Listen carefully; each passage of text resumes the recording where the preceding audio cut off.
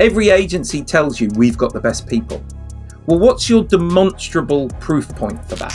Most people in the PR industry are more likely to be words people than numbers people. People think about measurement too often at the end of a campaign. For most companies, if they have an in-house PR communicator, or if they have someone who's managing that function, they're unlikely to be spending huge amounts of money above the line. A really good proxy for brand awareness is brand search on Google. The brands that are killing it online are the ones that have really high levels of brand search. So more people had been into space than were chartered PR practitioners, right?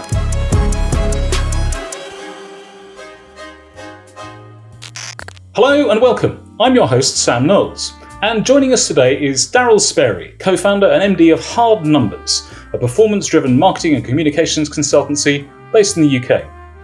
Before launching Hard Numbers just a couple of months into the pandemic, one of two businesses Darryl chose to start at this time, he had worked for 20 years in both media analysis for Media Report and Precise, and also for agencies including MediaWorks and Hotwire.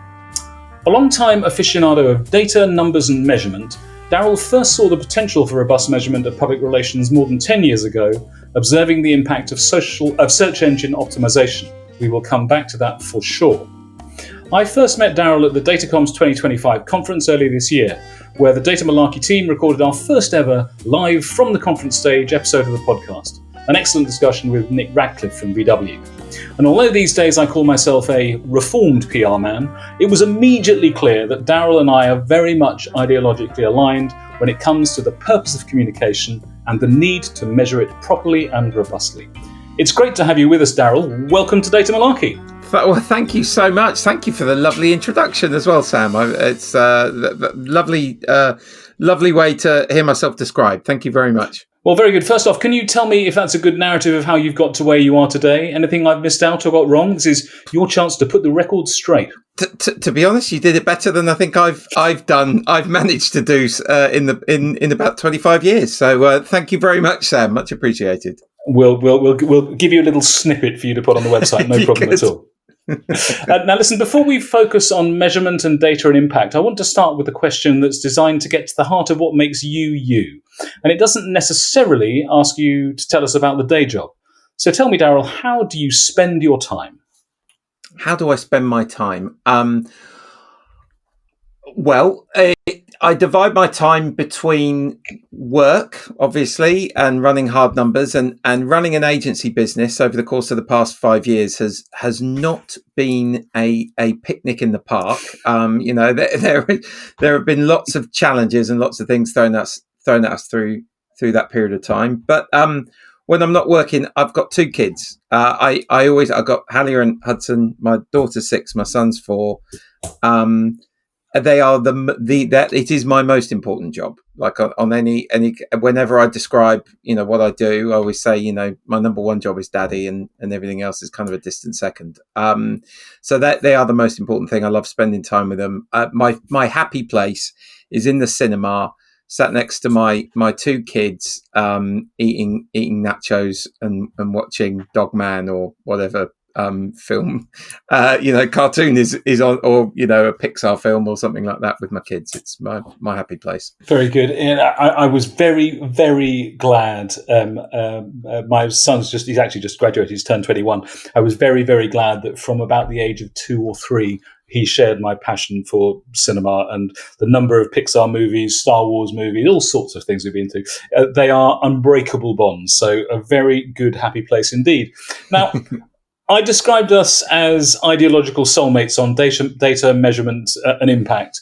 And one of my constant frustrations with the 20 years I spent in PR agencies was, I'll be rude, how flaky and shabby, sometimes deceitful and often completely absent meaningful measurement was from the industry. Why do you think PR has been so bad at numbers, particularly hard numbers, for so long? I think the primary reason is that most people in the PR industry are more likely to be words people than numbers people. They're probably more likely to. I mean, even myself, I did an English degree. I've my love of numbers took some time to fully flourish and develop. And therein maybe speaks the other key thing. When I joined Hotwire, I went from being like an employee to a member of the UK board in one of the quickest periods of time that someone had done that. But I attribute that almost entirely to the fact that outside of the accounts department, I had the highest user level on Excel. Like I knew what a pivot table was. Like I could, all the kind of, I could play all the tunes on Excel.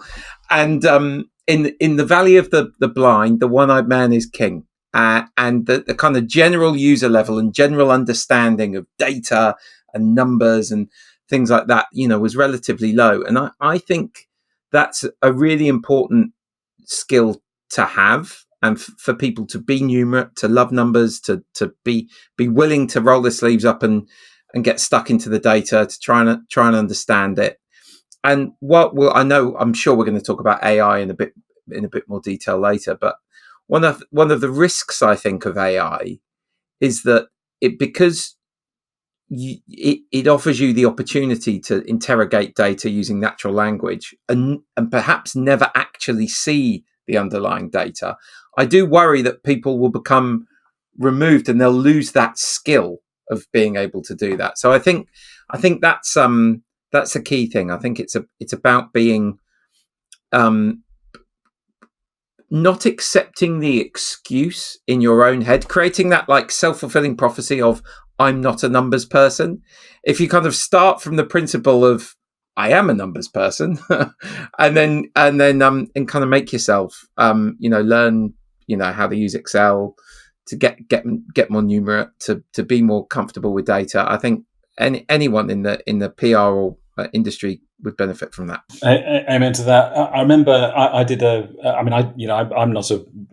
a classics graduate originally, and then I went back and scratched. That's my story chops. You've got your arts, your English graduate. You've got your story chops.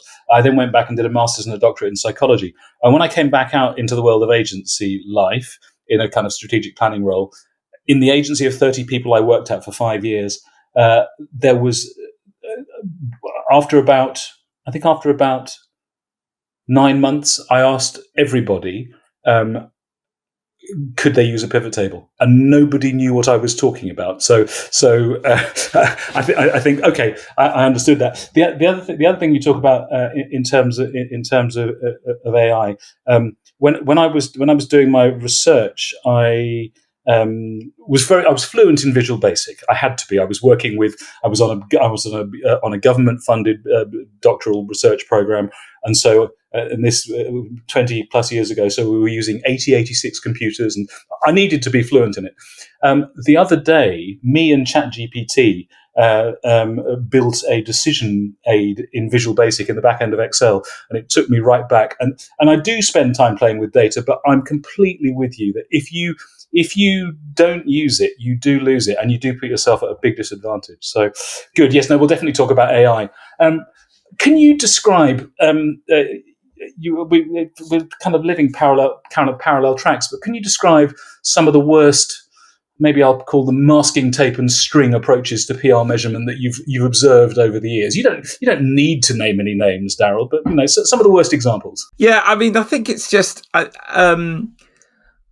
could, to be honest, rather than like pick out specific like methodologies or I mean, everyone sees it with PR campaigns where people will download a list of names from a online journalist database, add a couple of columns to the end, save that in a folder somewhere, and have I called the journalist, have I followed it up or whatever. That's kind of like it's siloing what is otherwise rich management information about your relationship with that journalist into a folder in a client directory somewhere, in the agency. So I think, that's one, and I know we'll talk about it later, but one reason we chose to database the business on a CRM system and all the rest of it, so that we didn't lose that kind of rich management data. The other thing I very often see, and you've probably seen it in your career as well, Sam, is that people think about measurement too often at the end of a campaign, and it's a bit like, people say that accountants just bayonet the dead, right? like the point of management accounts and having a management accounts pack every month rather than getting your accounts pack at the end of your financial year is that it gives you information that enables you to make decisions throughout the year to hopefully still hit the financial targets that you've got, right? And I kind of feel like it's the same in microcosm with PR measurement. Measurement needs to be a continuous activity so that you're then using the data that you're getting from the work that you're doing to then inform, well, how can we improve this and how can we get better results? Where are we not seeing the traction, or where are we seeing really good traction, and what more could we do to kind of drive better results moving forward? So I think that's I think it's as much about the kind of the mindset that as any specific methodology or anything like that. I'm so with you we've got the 6 month review, we've got the annual review. What can we put together that shows the amazing impact that we've had, and not thinking about it kind of as part of the kind of the strategic planning.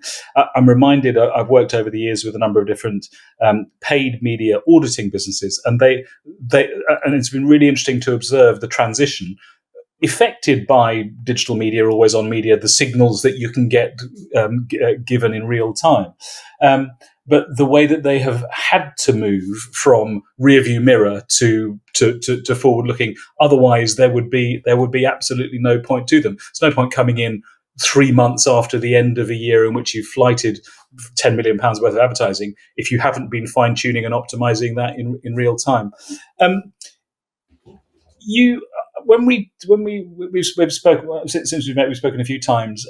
You talked about you spied an opportunity in search engine optimization that you've bought. Before we talk about your databasing approach, can you just talk about what you saw in SEO and how and why that inspired you to build the measurement models that you use to measure marketing comms impact? Yeah. So that sort of. The inspiration behind moving from what was PR measurement when I was at Precise and having a network of people that I knew that were predominantly PR and professional communicators, moving into SEO, I looked and I thought the PR folk in most companies, if you think about if you look across all of the companies that there are in the UK, right? Most companies aren't Nike or Microsoft or huge corporations. They're smaller than that.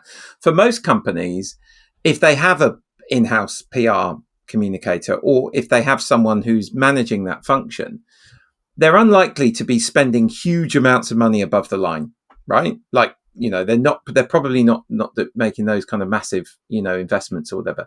So a lot of like brand awareness, like that you could attribute to PR. And if you think that for most, actually a really good proxy for brand awareness is brand search on Google. Like I am more honest with Google than anything or anyone, right? Google knows everything about me.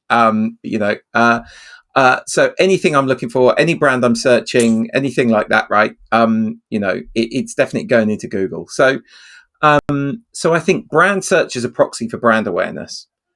PR folks should sort of own and be the custodians of brand search within their business. And then for SEO and for like really leave SEO to kind of be the purview of generic search, right? Like getting the site, if you're Microsoft, you want to rank for Microsoft and Office and all the rest of it, but you also want to rank for,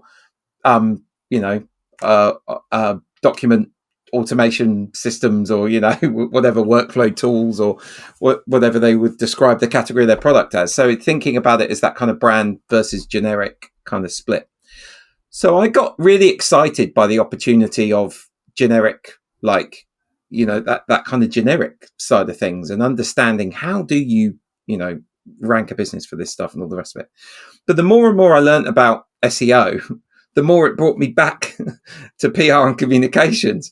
And that was because you see, we worked with a client that was getting 220,000 searches a month just for their brand name, right?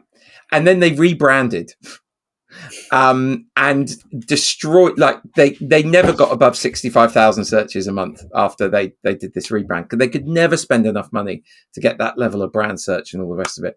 And so they kind of like destroyed their business over it. There was lots of other competitive things that affected it and all the rest of it. But that really led me to thinking the brand, and you see it time and again, the brands that are killing it online are the ones that have really high levels of brand search. The example that most people would cite would be like an Airbnb. People now search for Airbnb. They go to Airbnb to find, where they want to go. They used to search hotel, Tenerife, and then look through, what was, whatever came up on Google as a result of that. So that was kind of what I kind of learned from being in the SEO industry. The other thing about learning from being in the SEO industry was they're very happy to be associated with a commercial target in a way that PR people often aren't. They're very happy to talk money, numbers, to think in terms of, how they could potentially deliver some form of, revenue increase or things like that for their clients by improving how they rank for generics or, whatever. They also invest a lot more in tools. Too many PR agencies and in-house PR teams try to go down that. I just want one tool for everything. I want one, and actually you see the benefit of having a number of different tools, and the different data points that you can get from those different tools just give you a platform to find opportunities to demonstrate the impact of the work that you're doing. If you think about so the volume of traffic overall to the site didn't increase, but the split from generic search versus brand search increased. So you were getting more search from generic than you were from brand, right? So then you've got a data point to give you then the SEO side of things did really well because we were driving more traffic from generic than brand, right? And that also tells us we have an opportunity to improve, because you can just scale brand linearly, right? You can just keep going and going and going with brand, right? So we have an opportunity to invest and drive more from brand, right? Just simple stuff like that. Like, just if as a PR person, all you do is report on reach, volume, and not a lot else, it's not giving you the opportunity to find that broader impact that you might have had on a business or on your client or or the organization that you're representing. What I love about your kind of progressive career trajectory of kind of picking these things apart and experimenting and playing is that it all appears so relatively simple, and yet add it together, add those, I mean, this often happens, doesn't it? Add them together, and suddenly you've got something truly, truly powerful. But I'm really impressed by that. Now, your response to dissatisfaction with measurement and seeing how it shouldn't be done was to build a totally new agency, hard numbers. And the thing I'm really interested in, apart from the timing, we'll come to the timing shortly, but I think I'm really interested in is building it entirely on HubSpot, which is a customer relationship management tool. Tell us why you took this path and the benefits that it brings to you as an agency and the distinctiveness it gives you. Yeah, 100%. So, when I was at Precise, which is now Onclusive, we started with the Salesforce CRM system, started using it with 5 people, and then we ended up rolling it out across the whole business. And it basically, we had, I think, 200 Salesforce seats by the time I left, and it became the platform for the business. And, all of the customer service and sales and production and everything was basically, in Salesforce. So that experience was quite instructive for me. Talking very candidly, we couldn't afford Salesforce when we started hard numbers because there is quite a cost associated with it. And the beauty of HubSpot is, again, it scales with you as you grow. I think, I got it past my very tight Welsh business partner Paul, because initially it only cost like 20 quid. Now we're spending like, you know, £400, £500, £600 a month on HubSpot or something. But when we started, it was, you know, 20 quid or something, right? And it's scaled with us as we scaled as a business. So the whole point is we database the business so that we've got a complete record of all of our interactions with all of our important stakeholders. And those stakeholders are journalists and the media outlets that they write for, and our clients. And in some cases where we're doing kind of lead or demand generation work, or that is a part of what we're doing for our clients prospects as well.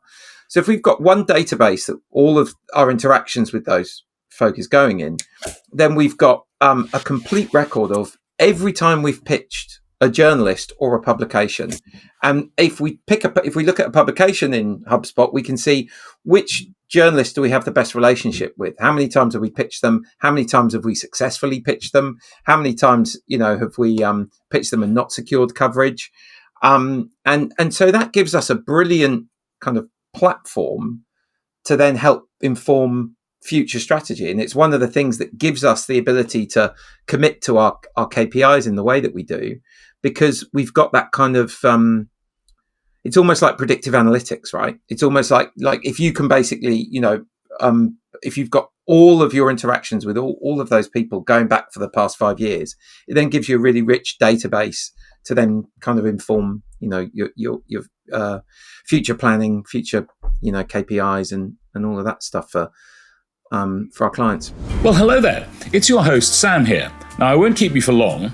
If you've been inspired by what you've been listening to today, and you'd like to find out what type of data storyteller you are, why not go to our Data Storytelling Scorecard? Just follow the link to data-storytelling.scoreapp.com. That's score app with 2 P's. Answer 12 simple questions and you'll instantly be served with a scorecard that tells you exactly what type of data storyteller you are. Now, back to the action and our brilliant guest. Whilst I will come on to AI more broadly shortly, but I mean, I've seen a number of different conferences over and events over recent. I suppose it's years now, but certainly recent months. People saying, I'll never pitch a journalist without asking my favourite large language model. Is this a sort of, what do you think what do you think would make this story newsworthy? How would which journalists in which titles are likely to be responsive? And that's smart, but and that's evidence based and it's backwards looking. But yours is based on the skill of your individuals and the actual client stories that they've actually pitched to real journalists and the responses that they've got. I like it very much. I've always been a massive fan of the use of a database. My very first client, they won't exist anymore, nor will the founder still be alive, was called Micro Rent. And they rented microcomputers, and they worked out of a church. They worked out of a church in Holloway, a converted church. And the MD was a very well spoken guy called Alexander Skeeping. If you're alive, Alexander, and listening to this, do let us know. I think it's unlikely because it was 40 years ago and he was nearly 60, but maybe. And he had a very simple Fox Pro database. And he recorded all of his conversations, and his sales teams did too. They were renting sales operation. And I mean, even though I'd been on his business for 3 months, he would say, how's Saskia doing? And I'm sorry about Fulham at the weekend. And I know it's your birthday next week. What do you? And it felt like magic. And I remember asking him, how have you got such a good memory? He said, I haven't got any memory at all. And look at my computer. There wasn't a laptop to be seen. I had to go into his office and see it. But that use of the database, and then you're doing this absolutely at scale that allows you to know there's no point talking to Claire in the Financial Times about widget manufacturer X because Claire has never written about widget manufacturer X. Brilliant. Now listen. Now, as I said, you launched Hard Numbers a couple of months after the first COVID lockdown, and the second company, The Family, a month later. In retrospect, was this a good time to start a business? You talked about some of these growing pains of the last 5 years. Yeah. I'll give you the honest, unvarnished truth. So when I left Hotwire, I handed my notice in on the 14th, on Valentine's Day, 14th of February, and a couple, like, there was this thing called coronavirus that was, and I saw a couple of people wearing masks on the tube, but I had no idea. And then fast forward 3 weeks, everyone's working for 3 or 4 weeks, I think. Everyone's working from home, and there was that day.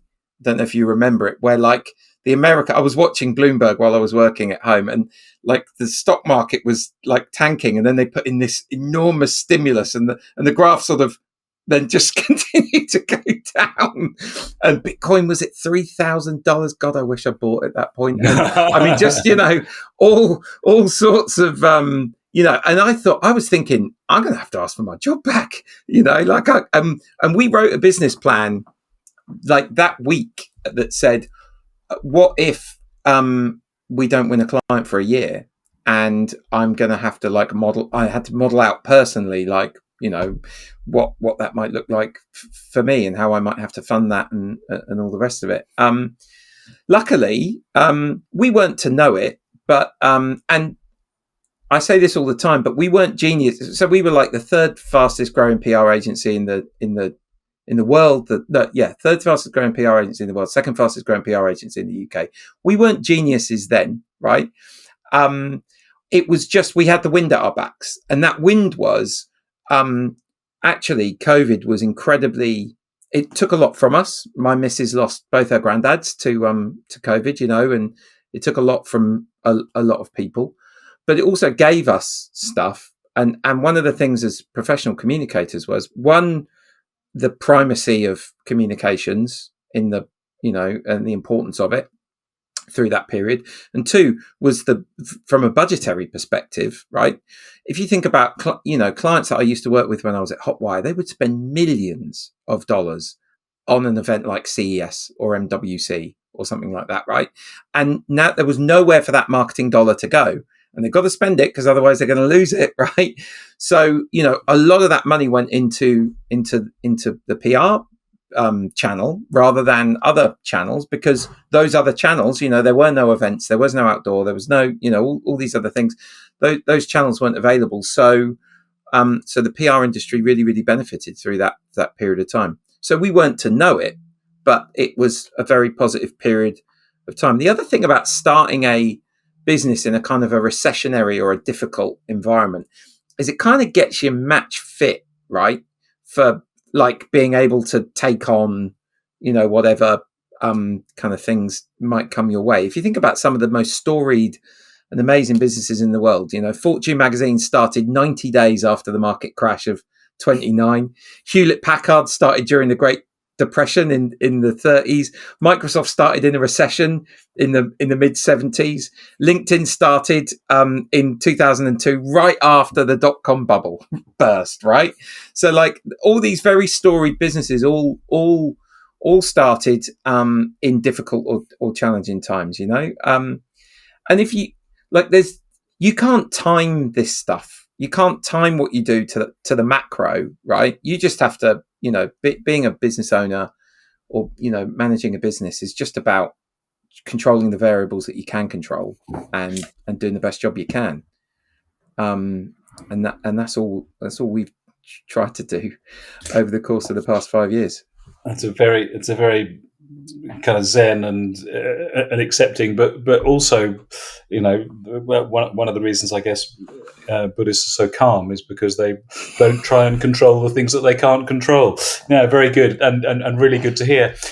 Let's think a little bit. Just quickly, I know a number of people who've been addicted to all sorts of different things. I'm very fortunate that that's not something I've experienced myself, but I think a lot about the alcoholic's prayer, like, God grant me the serenity to accept the things I cannot change, courage to change the things I can, and wisdom to know the difference. And there is so much wisdom in just those few simple words, right, that you can apply to just about anything. I, I'm absolutely totally with you. And the very definition of stress, or a very good definition of stress, of trying to control the things that are outside your control. I remember just thinking about COVID. I remember kind of being quite a rational, data-driven guy these days. I got quite addicted to the 5 o'clock press conferences because that might have meant that one might have been able to do something that one couldn't do the week before. But I remember kind of catching myself and sort of feeling really disappointed when the numbers had surged or spiked, and thinking, how on earth is my sitting there watching this press conference likely to make Priti Patel say the number's gone down? This is magical realism. Get real. No, I'm totally with you, and you're right. Those lines are very, very profound.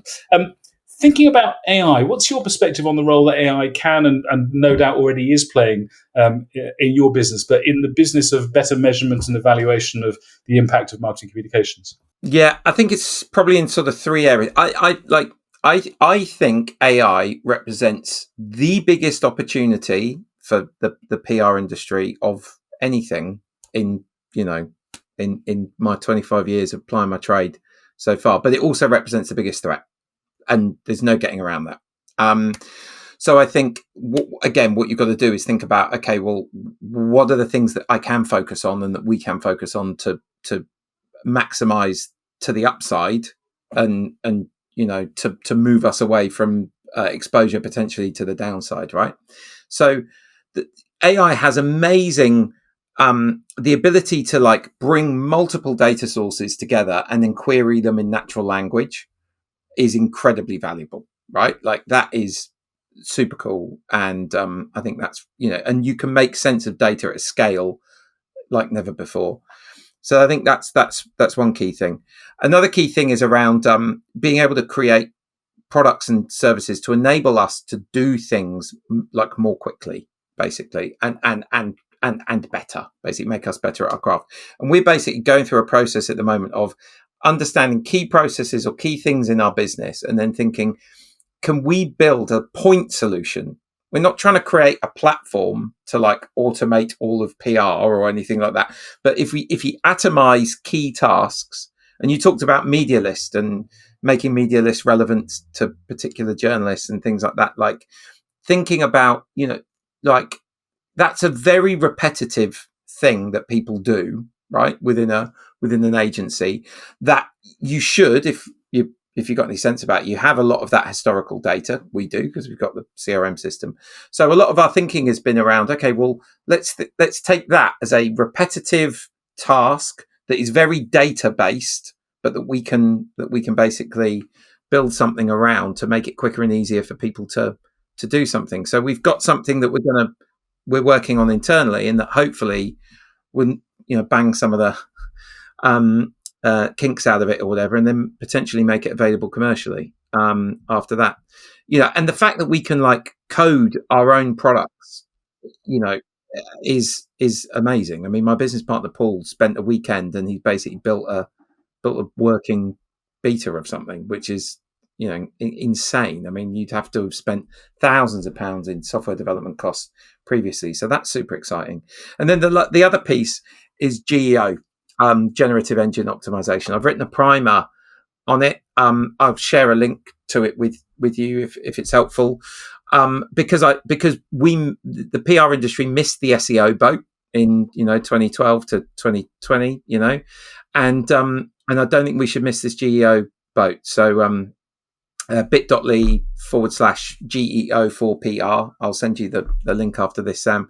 But it's a long form primer for PR people to understand what generative engine optimization is, what they need to do, and we're going to be building out more content in relation to that and making that available for folks, because we want in-house PR teams who are our clients, and hopefully there'll be more of them in future, to be able to make the case that they should be owning that activity internally.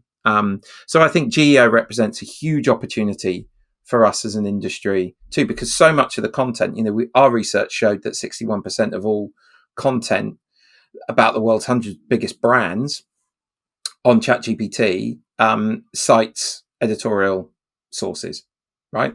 And I've seen study after study of the ones that are worth looking at, anywhere between 60 and 75%. Of that content comes from editorial media. So we have this huge opportunity, because the stuff that generative engines use to answer queries in relation to companies, our clients, the businesses and organizations we represent, is sourced from editorial media. So it really puts us in a really important place.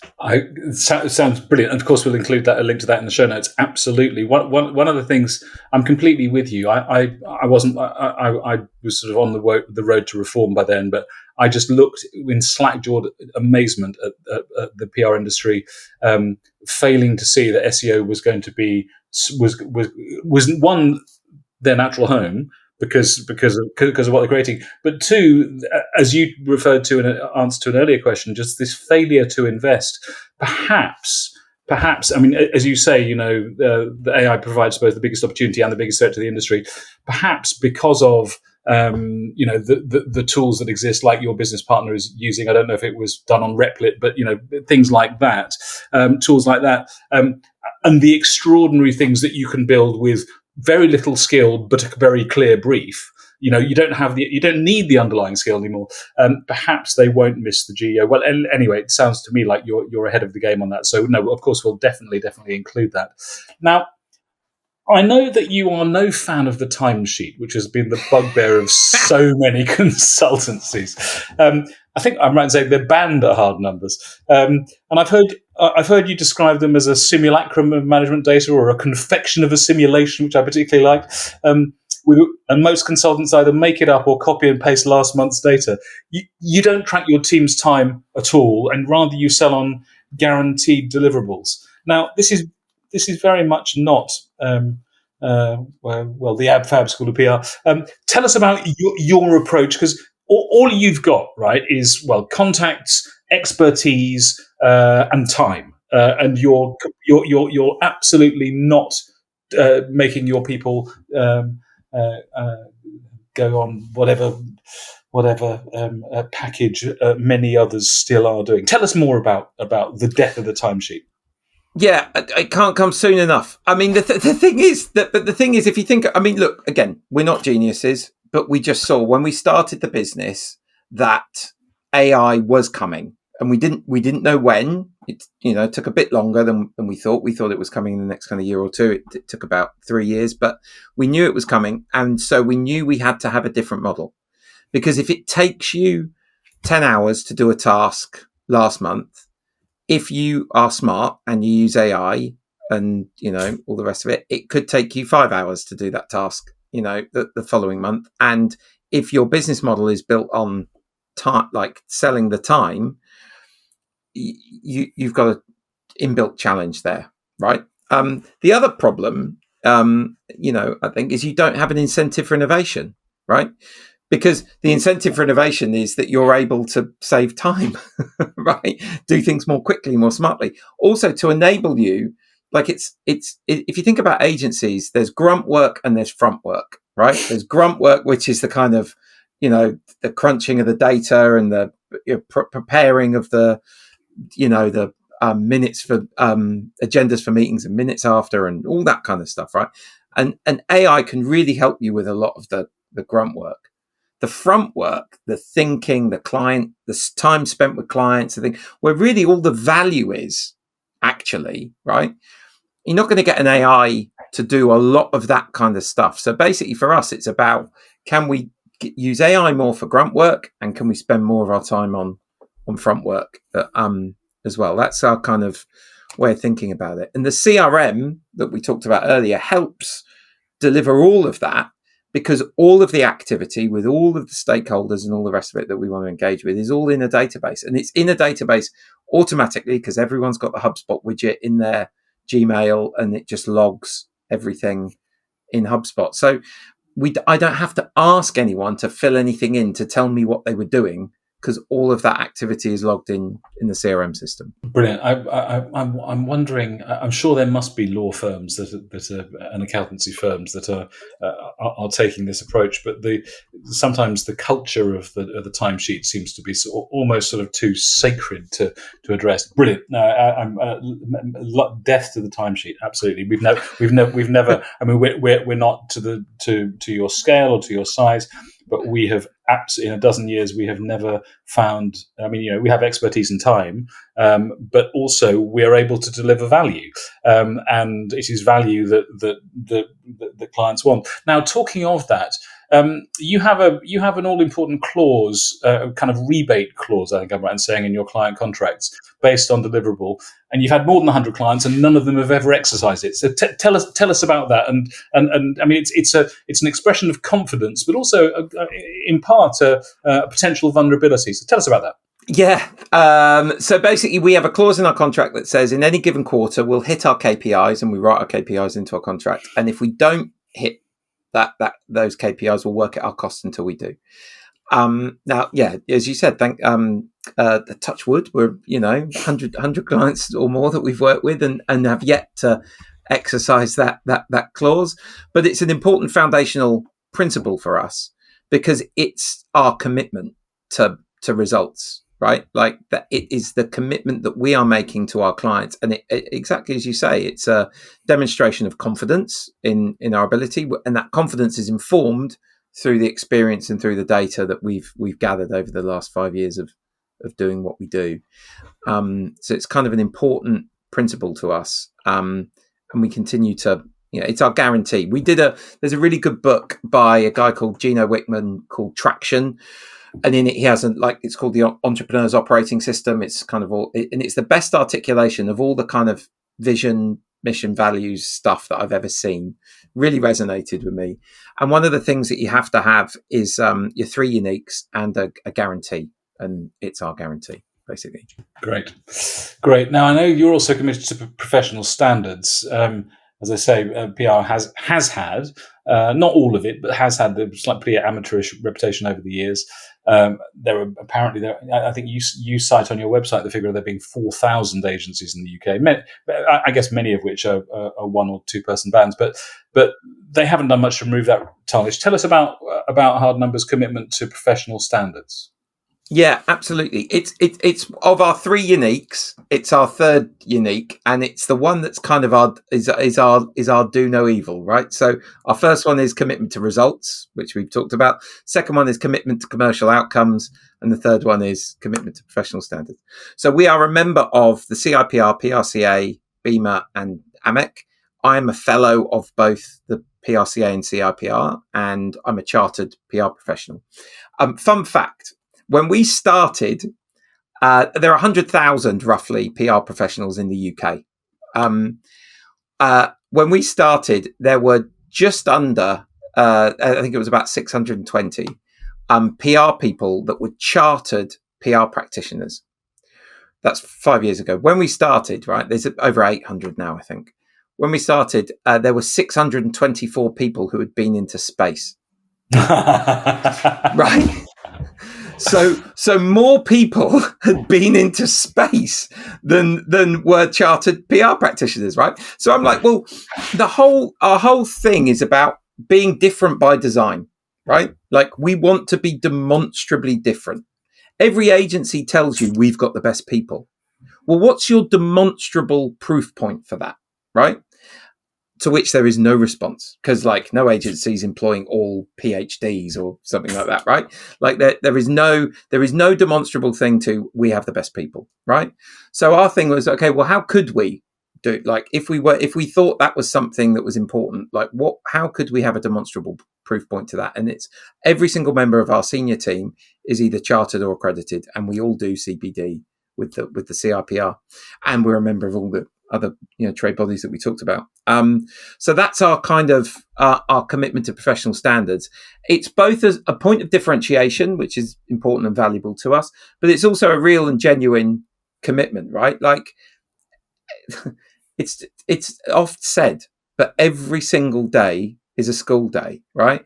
Sometimes I wish it was Mufti Day or an inset day, but if I like, I am learning every single day, right, with what I'm doing, and if I'm not, I'm not really progressing. I'm not improving my craft. So we're big believers in that continuous professional development, and we put our money where our mouth is in terms of the investment that we make in that. Very good. And I don't know whether, particularly after Lauren Sanchez's hen night, I don't know whether still more people have been into space than a chartered. Maybe she's just tipped it back over. You mentioned the bodies that you're involved in, including AMEC, the Association of Measurement and Evaluation of Communication.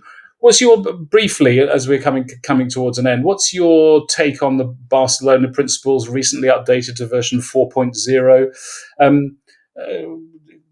mean, actually, it might help if you're a member, if you could just very briefly outline kind of what they are and why they exist, and do you think that they're helpful, and particularly this latest version?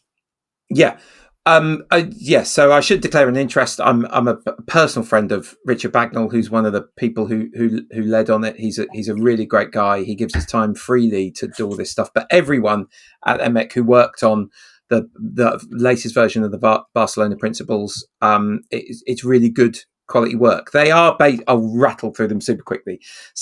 And I'm simplifying them ever so slightly. I'm shortening them, but basically setting clear and measurable objectives, defining and understanding all stakeholder audiences, measure all channels, quantitative and qualitative analysis, AVE is a no, outputs, outcomes and impact, and finally ethics. It's more than just a county just outside of London. Those are the kind of key principles, and I think when you look at them and you look at them in more detail, and then crucially when you combine them with the integrated evaluation framework, which is just a brilliant piece of work. Like in just the same way, I think the Alcoholic's Prayer is a great way to kind of live your life. It's a good model for any form of marketing or communication.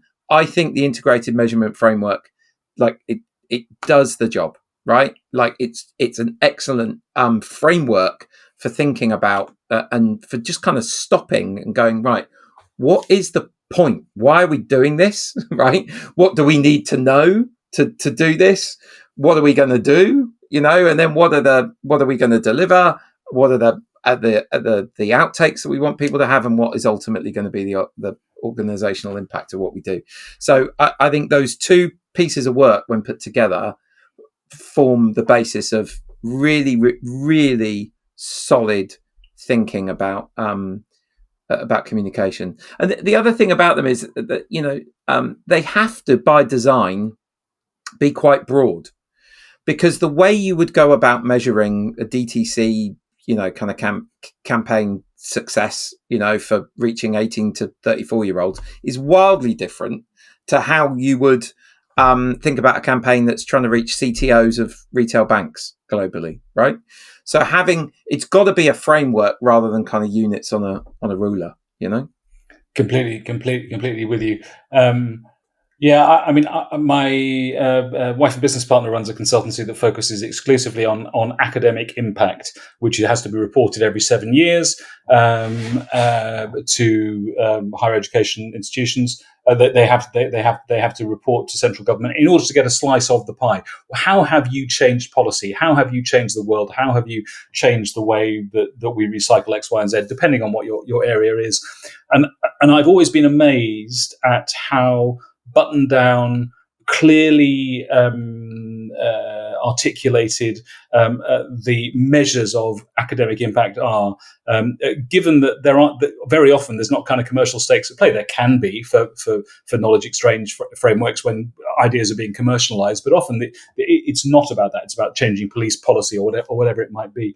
And I've long thought that the work that is done in measuring the real world impact of academia, not just in PR, but actually across the board beyond financial performance, industry could learn a lot. On AVE, advertising value equivalency, sorry to say it out loud, I'll probably be hexed by Richard and others. If a client came to you and said, oh, by the way, we have to measure using advertising value equivalency, AVE, would you say, we won't work with you? Would you say we won't be judging in that way? What would you do? So we had this came up recently, actually, and so we use full disclosure. We Onclusive we use them for all of our monitoring. Maybe that's no surprise, given I used to work at Precise. So, and they have, because there's no incremental effort or time or anything to, alongside Reach, they can give you the AV of the thing. So we knew we had the data if we needed to give it to the client, but we then gave them a load of other potential measures of success that we thought were preferable to using AVE. And we gave our justifications and the reasons for that. And we ended up being able to talk them around to our way of thinking. So, that would be my approach if anyone came to ask us for AVE. We would. We know we could offer it, but we don't want to. We don't routinely for anyone. And when it has come up, and it has only come up once in 5 years of trading, we suggest alternatives, and touch wood, the as has been the experience so far, the client accepts the alternatives that we provide. Very good. I mean, as a behavioural psychologist, I know that carrots work very much better than sticks, but I was very impressed. I think it was the CIPR who were the first to, but I was very impressed when those award entries that included AVE as a metric were given a 0 score for their measurement piece, which meant that they couldn't possibly ever win. I think carrots and stick. It's less. I think it has less of a zombie existence than it used to, but it used to kind of lurk. Brilliant. Listen, we've been chatting and chatting. I must let you go, but finally, can you tell us where our listeners and our viewers can find out about you, your work, and what you're up to online in social media and so on? Yeah, thank you so much. So I'm at Darryl Sparey on most channels. I'm probably most active on LinkedIn. I loved Twitter when it was Twitter, and I used it. I got so much utility from it. But I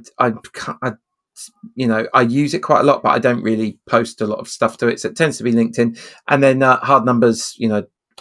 Hardnumbers.co.uk, our website. I mean, that's I post regularly to that, and we're posting a lot of content at the moment, particularly around kind of GEO and things like that. So that's probably a good place to get the kind of latest thinking from us on that. Thank you so much for your time today, Daryl. Thank you. If only there were more people with your approach to making smarter use of data to measure impact, there'd be rather less malarkey in the world of marketing communications, particularly PR, and rather more data-driven common sense. Darryl Sparey, thank you for joining us today. Thank you.